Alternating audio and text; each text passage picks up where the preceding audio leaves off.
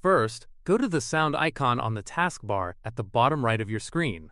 Right-click on it, and from the menu, select Sound Settings.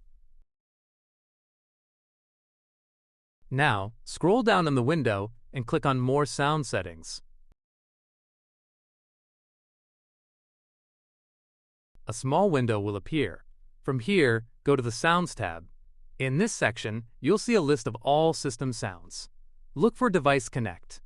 To confirm it's the sound you want to disable, click on Test. You should also check Device Disconnect by testing it as well.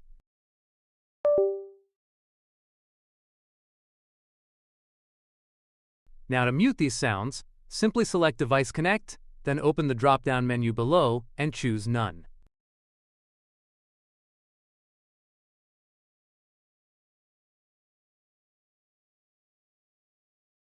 Do the same for Device Disconnect.